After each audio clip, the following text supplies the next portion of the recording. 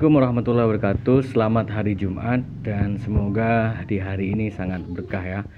Banyak sekali yang mengeluhkan soal kebijakan TikTok yang seolah-olah dianggap sangat ketat dan seolah-olah banyak sekali pelanggaran-pelanggaran yang sudah didapatkan itu tidak memiliki dasar. Padahal kalau kita tahu semua yang dilakukan TikTok itu sudah punya dasar kebijakan dan aturannya ya. Di sini saya akan mencoba menjelaskan atau setidaknya mengulangi lah supaya kita yang suka bekerja sebagai afiliator maupun penjual di TikTok itu hati-hati ya. Jadi ada satu cara menghindari pelanggaran kebijakan terkait konten. Nah, konten yang berkualitas itu yang mematuhi kebijakan dan peraturan TikTok itu kunci utama ya. Jadi buatlah konten kita itu sangat berkualitas. Kemudian yang kedua adalah hindari beberapa poin ya. Di sini saya akan baca cepat supaya kalian paham. Perilaku yang dilarang saat mempromosikan fungsi atau pengaruh produk yaitu gaya, warna, pola atau bentuk yang menyesatkan.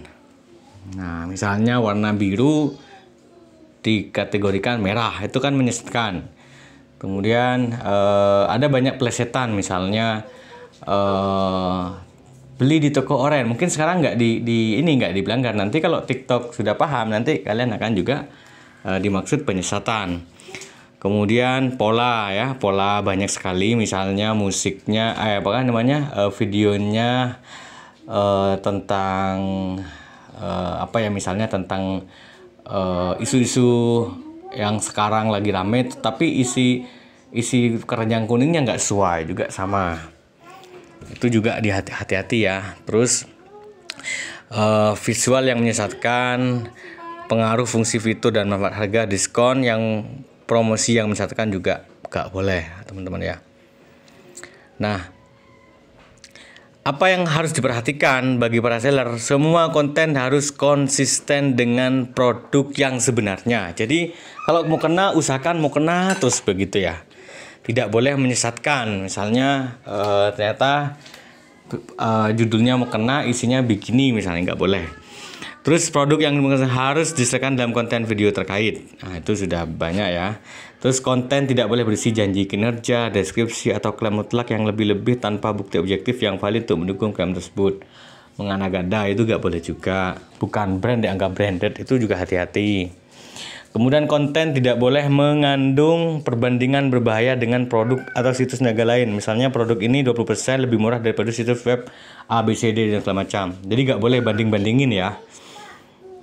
Melebih-lebihkan harga promosi. Ya, ini juga kadang teman-teman sudah harganya 300.000 karena ada promo-promo terus dinaikkan sampai 700.000 untuk dicoret 50%, itu juga nggak boleh. Seller tidak boleh menampilkan informasi yang menyesatkan. Oke, itu penting buat teman-teman baca ya. Ada di Shopee Tokopedia. Hindari informasi produk yang tidak lengkap atau tidak konsisten. Hindari ya. Itu kemudian baca cepat aja, kalian nanti bisa baca sendiri di sini di akademi ya. Yang paling penting juga, kalau kalian kena pelanggaran, bagaimana caranya supaya bisa mengurangi? Ikuti aja kuisnya ya. Jadi ketika kalian ikut kuis, itu akan mengurangi pelanggaran kita. Itu ya. Terima kasih.